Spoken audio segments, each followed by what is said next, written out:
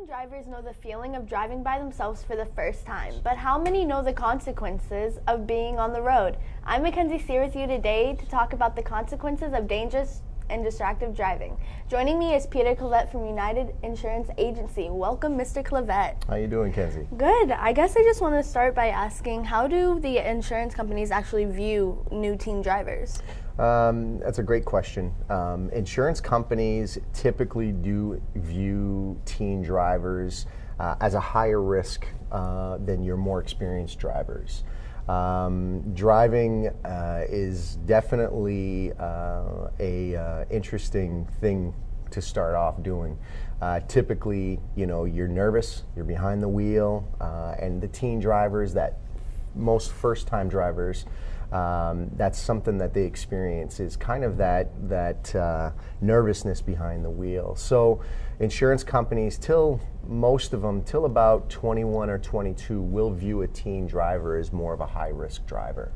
So it's safe to say that a teenager is definitely paying more in car insurance than your average 26, 30-year-old? Absolutely. It's pretty much a guarantee. Companies, I know a lot of our parents who have teen drivers that just become drivers or licensed drivers for the first time and get moved on to their policy, kind of have a little bit of a sticker shock, but it's pretty much par for the course for pretty much all of the companies that we represent. You're going to see a little bit of an uptick in premium, and the bulk of that is basically to cover for the potential losses. You have a driver that's never driven before, and particularly up in our area where you've got a lot of snow, we've got a lot of wildlife that enjoys going out into the road with drivers, you have a higher frequency and opportunity for losses. So that charge basically is utilized maybe to supplement the increase or potential increase in losses.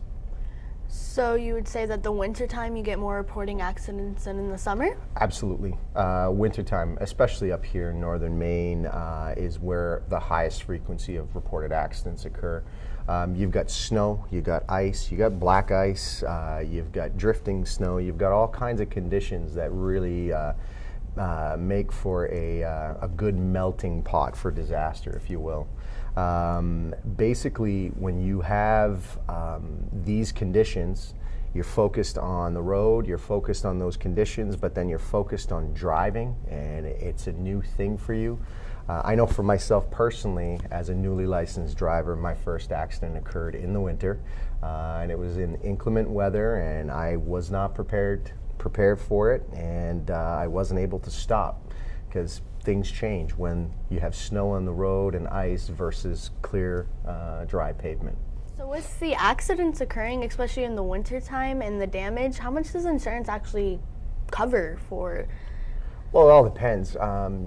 You can take, strictly liability only, which is protection for someone that you hit into or any property damage you create of someone else's property.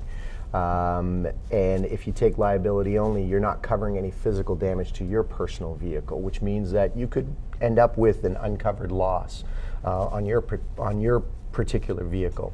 If you do take collision coverage, or not collision coverage on your policy, then what would happen is basically your accident would be covered pretty much soup to nuts once you go past your deductible. Typical deductibles are about $500, which means that the insurance company will start covering the damage after you reach a $500 threshold in what the damage is. All right, so does your payment for insurance, does it go higher? And do you know how much higher it is for an accident? That's a common misconception. A lot of times people think that, if I get into an accident or I report a claim, my insurance is going to skyrocket. The misconception, your insurance policy will increase, but most or all insurance companies provide what's called a loss-free discount. So you're starting off with a little bit of a discount because you have no losses. Once you have that loss, that discount is taken off. And the translation is possibly a higher premium because you're losing that percentage of discount that you have.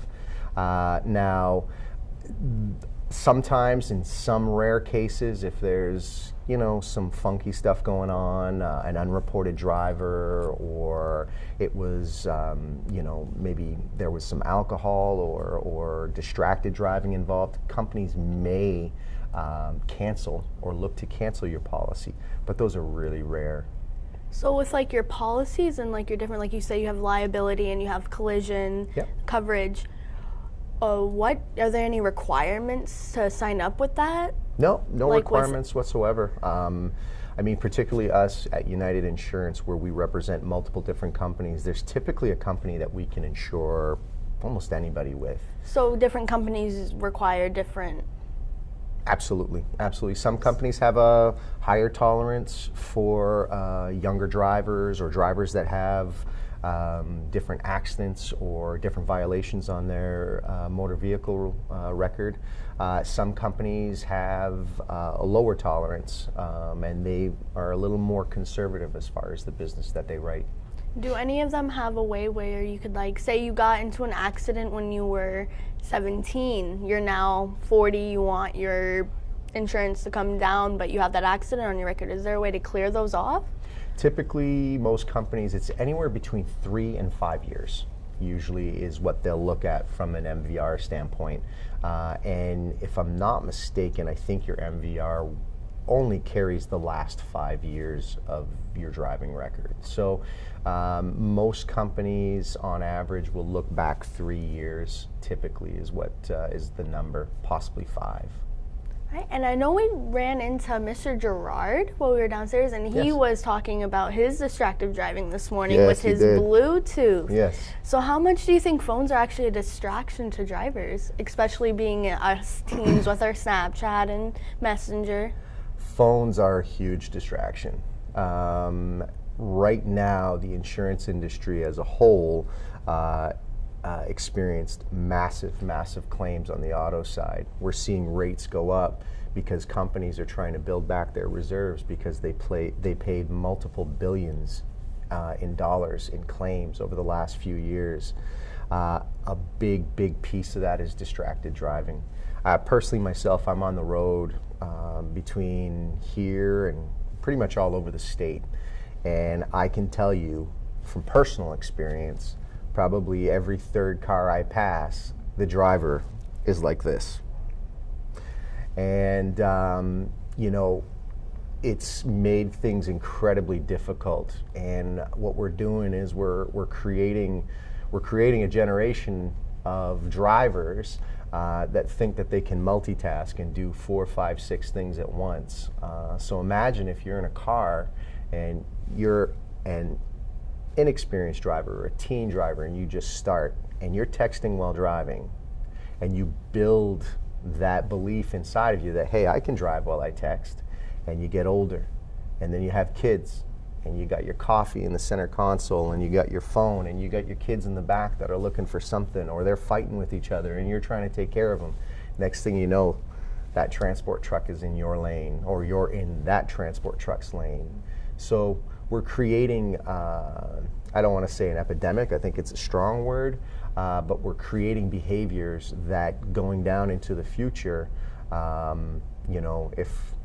if technology doesn't catch up and we don't have automated driving, we're going to be in some major issues or major trouble because, like I said, it's fairly prolific with regards to people texting and driving. How do you think the automated driving cars will affect insurance companies? It's interesting. It's actually a major topic of discussion right now with the agencies as well as the companies as to the question is who's to blame?